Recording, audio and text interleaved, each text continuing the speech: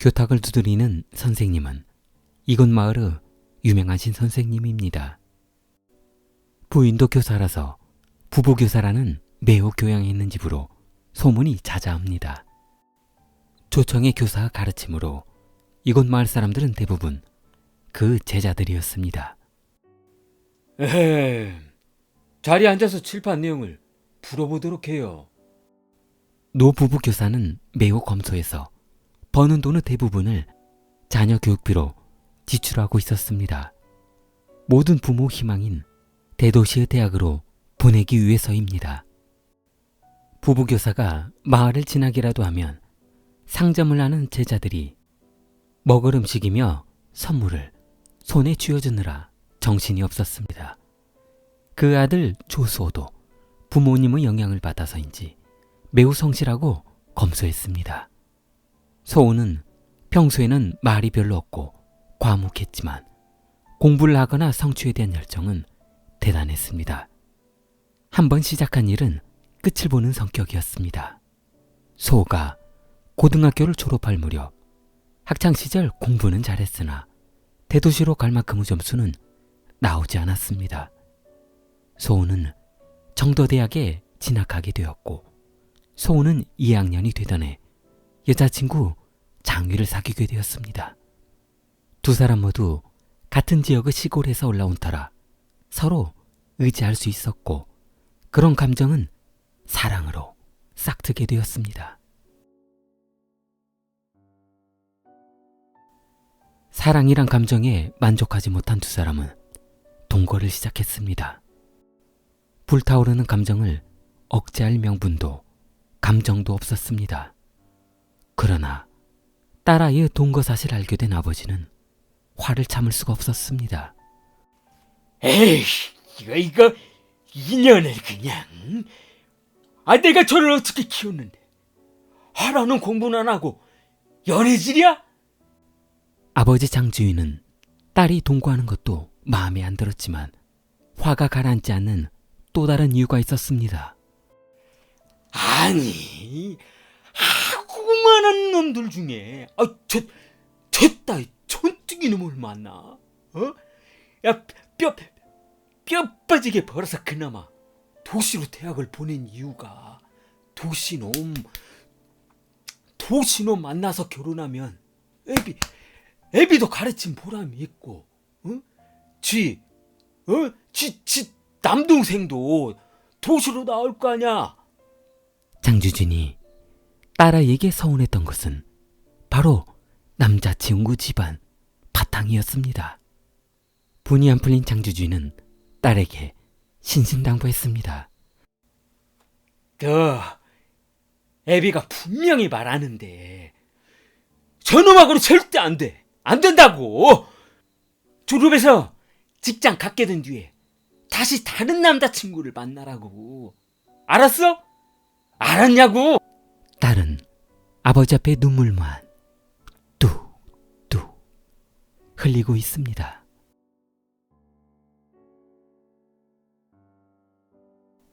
몇 년 후 두 사람은 졸업 후 직장을 갖게 되었습니다.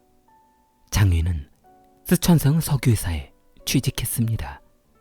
그러나 조수호는 여자친구 장유와 멀리 떨어진 우한의 기업에 취직했습니다. 그러나 운명의 장난은 조수호를 여자친구가 있는 도시 우한으로 오게 했습니다. 조수호는 여자친구와 함께 있기 위해 모든 것을 포기했습니다. 직장에 사표를 제출하고 여자친구가 있는 우한으로 이사했습니다. 수호는 우한에서 구한 회사의 일이 출장이 많은 일이었지만 그녀와 함께 있는 것만으로도 감사했습니다. 멀어지면 멀어질수록 사랑도 깊어가는 것 같습니다. 2013년 6월 6일 장유는 조수호와 결혼을 결심했습니다. 수호는 그녀에게 없어서는 안 될 소중한 존재였습니다. 장유는 학창시절 아버지가 했던 말을 기억하지 못했습니다. 장유는 남자친구 수호와 혼인신고를 해버렸습니다. 이제 부모님도 더 이상 반대할 수 없는 상황이 되었습니다. 이 사실을 알게 된 장유 아버지는 본인 몰래 혼인신고를 한 딸을 앞에 두고 너 아빠가 그때 뭐라고 했어? 저놈 저 절대 안 된다고 했지. 착하고 안 착하고가 중요한 게 아니야. 가진 놈이 필요하다고. 대도시에서 사는 잘 사는 사위놈 그런 사위놈이 필요하단 말이다. 그래야 우리 가족도 그 혜택을 볼 거 아니냐. 아버지의 호통에 장유는 또다시 눈물만 흘리고 있습니다. 반면 장지윤의 사위집에서는 경사가 났습니다. 아들이 장가를 간다며 잔치가 벌어졌습니다. 요즘처럼 신부 구하기 힘든 세상에 졸업한 지 얼마 안 돼 결혼을 한다니 그저 대견할 뿐이었습니다. 아직 집도 못 간 아들은 갈 길이 구만리였습니다.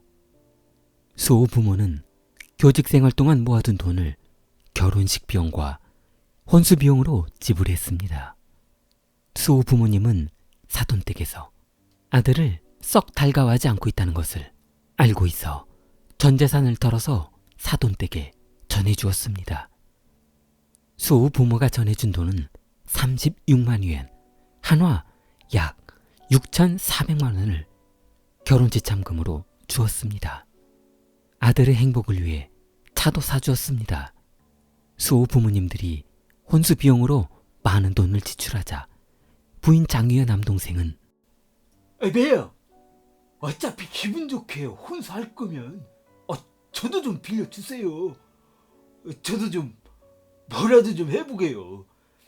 나중에 돈 벌어서 갚을게요. 수호 아버지는 흔쾌히 1,000만 원을 장유의 남동생에게 빌려주었습니다.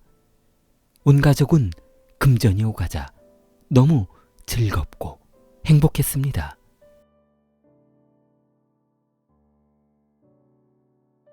2017년 여름, 두 사람의 사랑이 결실을 맺었습니다. 장유가 임신을 한 것입니다. 그러나 수호는 여전히 출장이 잦았고 배가 불러오는 그녀를 돌봐줄 수 없었습니다. 한 번 출장에 기본이 보름이었습니다. 그래서 장희는 남편에게 상의했습니다. 자기야, 나 배가 너무 나와. 힘들어. 자기도 없고, 그렇다고 손을 놓고 있을 수도 없고. 그래서 말인데, 우리 부모님 오시라고 해서 같이 지내면 어떨까? 장희는 말이 신혼이었지 거의 혼자 있는 시간이 많다 보니 슬슬 결혼 생활이 즐겁지만은 않았습니다. 그러나 수호는 장인어른을 썩 그렇게 좋아하지 않았습니다. 장인어른은 군인 출신이었고 툭하면 동네 사람들과 싸우고 있다는 사실을 알고 있었기 때문에 부인의 부탁을 흔쾌히 허락하기도 거절하기도 불편했습니다. 부모님?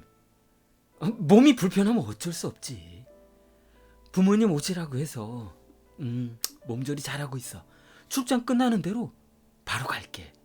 그리고 애는 잘 크고 있는 거지? 다음날 장유 부모는 딸의 시중을 들기 위해 딸의 집으로 왔습니다.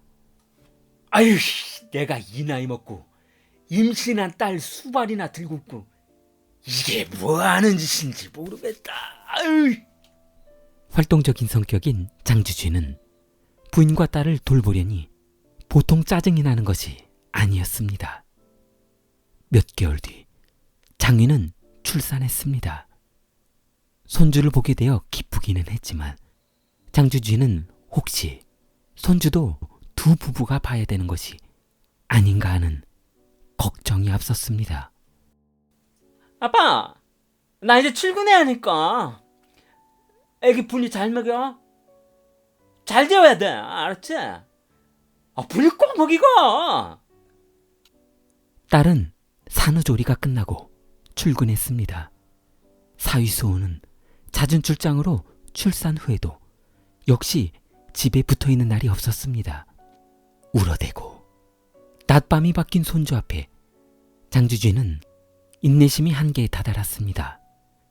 딸아이가 퇴근 후 야, 이 사위는 매일같이 출장이냐?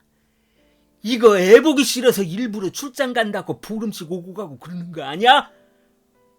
그래서 사위놈들은 도둑놈들이라고 하는 거야.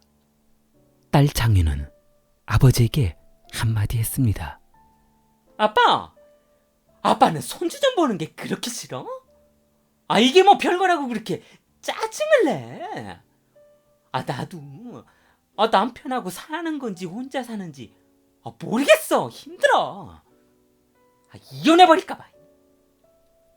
가만히 듣고 있던 아버지 장주쥐는 이놈의 자식이 애비한테 못하는 소리가 없어. 야, 이놈아, 너 임신했을 때 애 젖먹일 때까지 부모가 이렇게까지 뒷바라지했으면 됐지 뭐를 더 해야 되는데.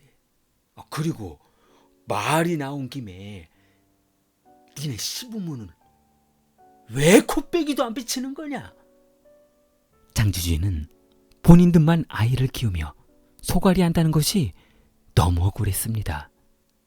시부모가 교육자라는 핑계로 본인들을 무시하는 듯한 태도도 기분 나빴습니다. 무슨 소리야? 우리 시부모님들은 아직 교포 생활 중이잖아. 그분들이 무슨 시간이 있다고 그래. 그분들은 바빠. 딸아이의 말을 가만히 듣고 있던 아버지는 살짝 기분이 상했습니다. 시부모는 바쁘니까 애 안 봐줘도 되고 본인은 일이 없으니까 애를 봐야 한다는 논리가 마음에 걸렸습니다. 장주쥐는 화가 났지만 참았습니다. 사위가 출장에서 돌아와 집에 있던 어느 날, 사위 소원은 오전에 일어나자마자 아이를 보기 위해 식사를 했습니다. 그러나 공교롭게도 식사를 마친 뒤 장인이 이 광경을 보고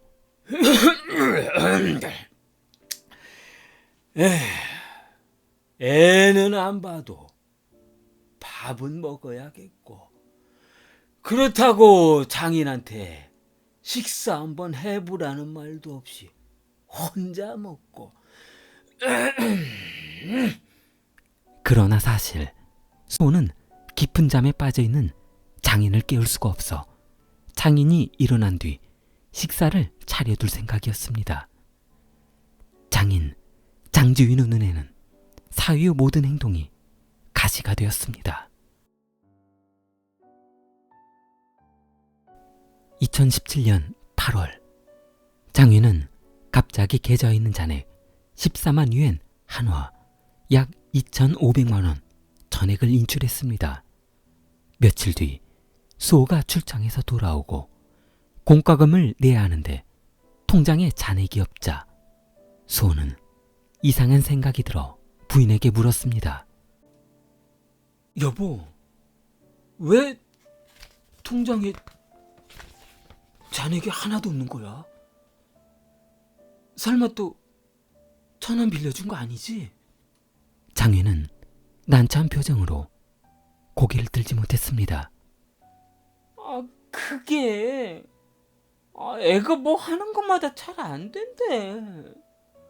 돈이 급하게 필요한데 그럼 어떡해? 수호는 황당하다는 듯 자기야, 장인은 매일 나한테 짜증을 내고 전화하면 매일 돈 빌려다가 다 까먹고. 우리가 언제까지 이러고 살아야 하는 건데. 수호는 장유의 남동생에게 빌려간 돈을 돌려달라고 했습니다. 그거 뭐 몇 푼이나 된다고 자꾸 돌려달라고 그러는 거야. 짜증나게. 수호는 처남에게 결혼 전 빌려간 1,000만 원과 그 이후로 조금씩 빌려간 돈, 그리고 이번 돈까지 갚아야 할 거 아니냐고 했습니다. 그러자 처남은 말다툼하던 매형을 때려버렸습니다. 장인은 이 소식을 전해 듣자 딸아이에게 야, 돈 몇 푼 때문에 이 사위놈이 그렇게 출연해서 어떻게 샀냐? 야, 그럴 바에야 이혼해버려라 그냥. 그거 한두 번도 아니고 참을 만큼 참았다.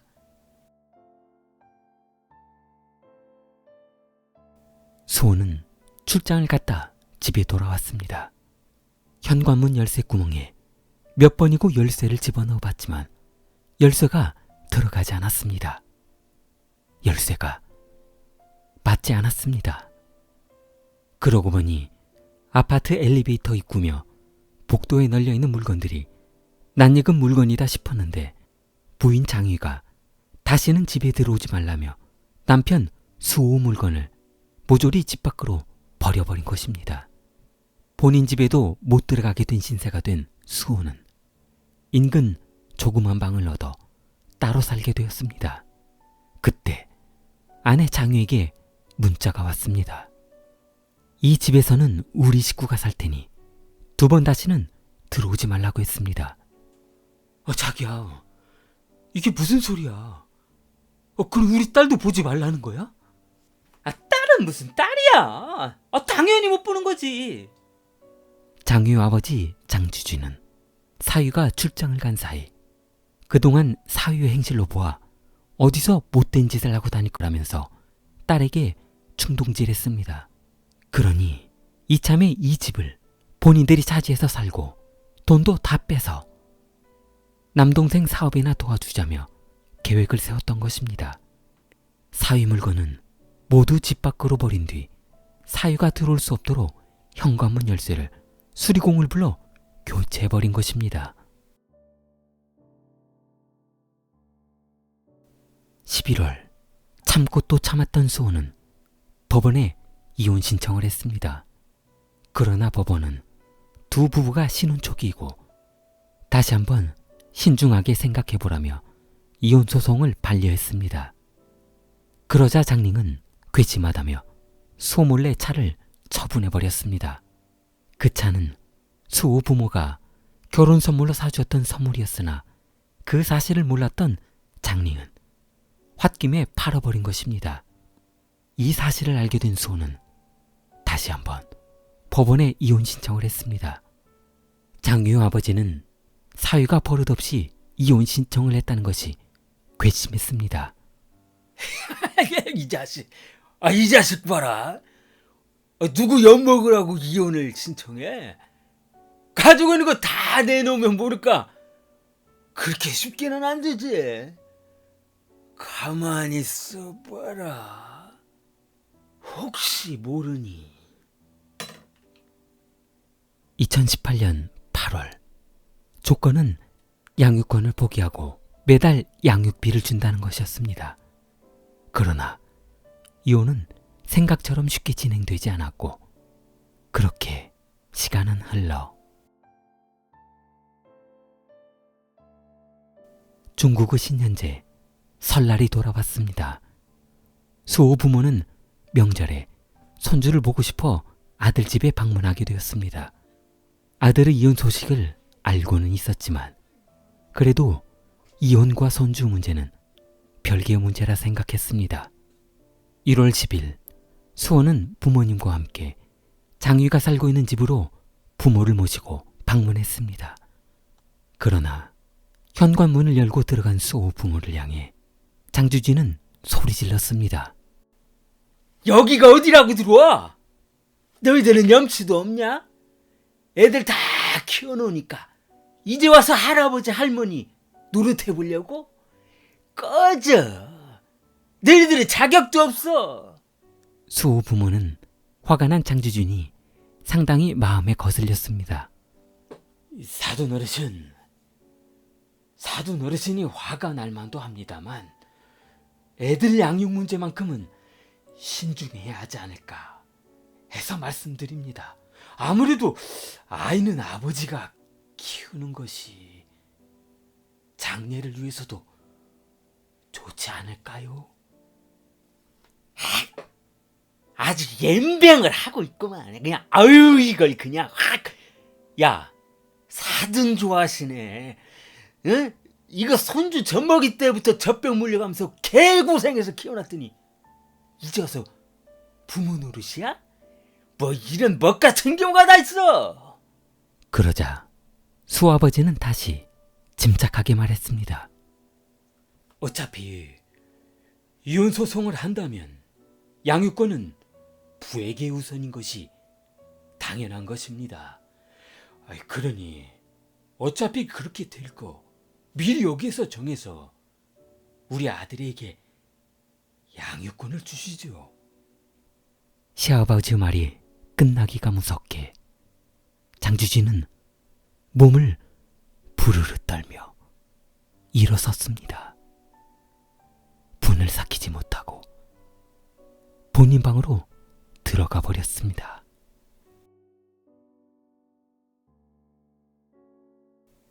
장주진은 옷장에 숨겨뒀던 칼을 꺼냈습니다. 장주진은 한 손에 칼을 들고 방문을 열고 거실로 나갔습니다. 소파에 걸터앉은 장주진은 소파 위에 칼을 올려놨습니다. 한동안 침묵이 흐르고 장주진은 칼을 들어 올렸습니다. 칼을 쑥 집어넣어 소파를 길게 찢어버렸습니다. 야, 너 지금 뭐라고 했냐? 다시 한번 말해봐. 수호 아버지는 부들부들 떨며 말했습니다. 아이, 아무래도 아버지가 키우는 것이. 장주진은 그 자리에서 수호 아버지를 향해 칼을 휘둘렀습니다. 너 이 자식, 터진 입이라고 말 막 하는 거야? 개고생해서 손주를 키워놨더니 공짜로 데려가겠다. 장주진은 그 옆에 있던 시어머니를 노려봤습니다. 장주진은 시어머니에게 다가갔습니다. 너도 똑같은 년이야. 뭐 너라고 저놈하고 다를 거 있겠어? 집안 거실은 피투성이가 되어 있었고 이를 말리려던 사위는 장인에게 달려들었습니다. 아버님, 지금 뭐 하시는 거예요? 수호는 소름 돋는 광경을 보고 무서워서 움직일 수가 없었습니다. 장주진은 수호에게 다가갔습니다. 야, 이 자식아, 그렇게 시작을 말았어야지. 처음 말했을 때 들었어야지.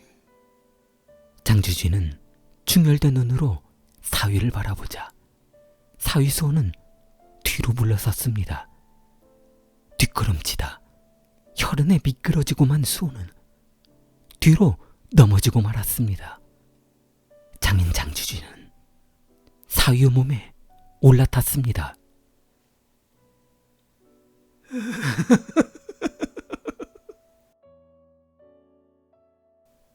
장위는 그 옆에서 모든 광경을 지켜보고 있었습니다. 그 옆에서 숨죽이며 광경을 지켜보고 있던 장주진의 딸 장위는 119에 신고했습니다. 구급차가 사위 가족을 싣고 갔으나 세 사람은 이미 숨을 거둔 상태였습니다. 곧바로 경찰이 현장에 도착했고 장주진은 구속되었습니다.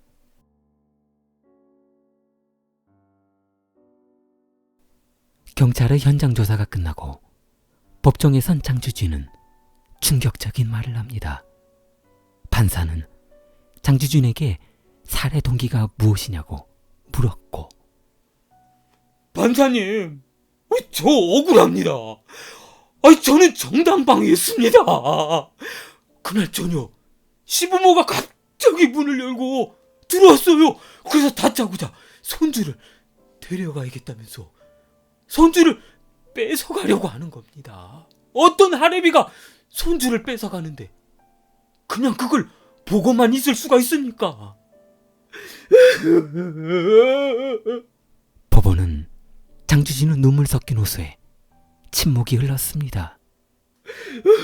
그리고 시아버지라는 사람이 대뜸 구타를 막 해대는데 정신을 차릴 수가 없었습니다. 맞다. 너무 고통스러워서 문득 장롱에 넣어뒀던 칼이 생각이 나서 얼떨결에 그 칼을 짚게 됐습니다. 판사는 평상시에 장롱 속에 칼을 넣어두었다는 것이 이해가 되지 않았습니다. 아니, 평상시에 옷장에 칼을 넣어놓고 생활했다는 말입니까? 보통 사람으로서는 이해할 수 없는 상황이군요. 당황한 장주진은 차분하게 답했습니다. 그게 말이죠.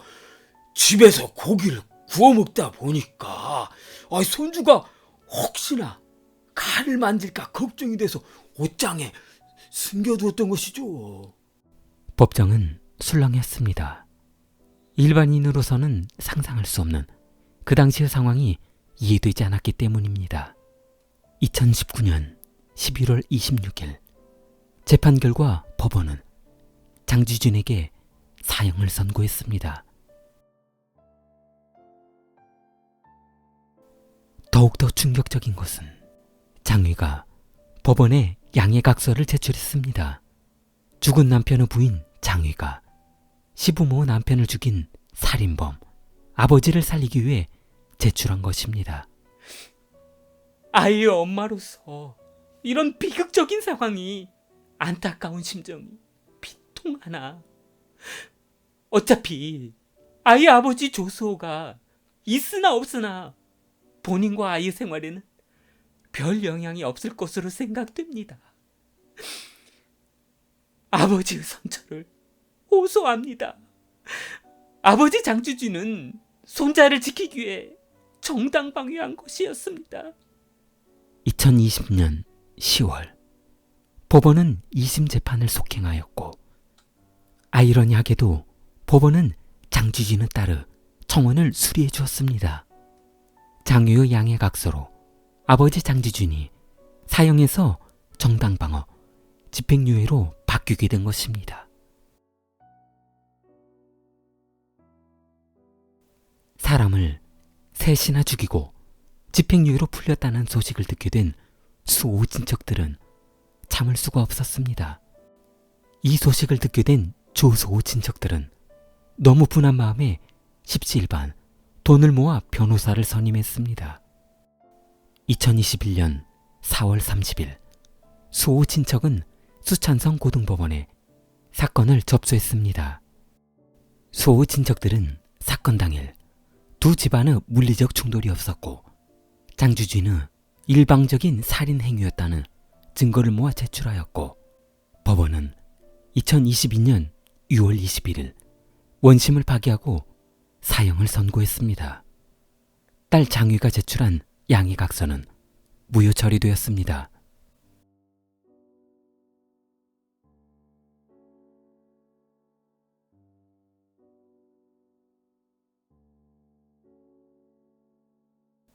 결혼하는 것도 본인의 선택이었고 이혼하는 것도 본인의 선택이었습니다. 그러나 살인을 당한다는 것은 본인의 선택이 아닙니다. 현명한 선택은 당신이 할 수 있습니다. 살인사건의 현장을 살인자의 시점과 피의자의 심정으로 돌아보는 킬리였습니다. 좋아요, 구독 부탁합니다. 킬리였습니다.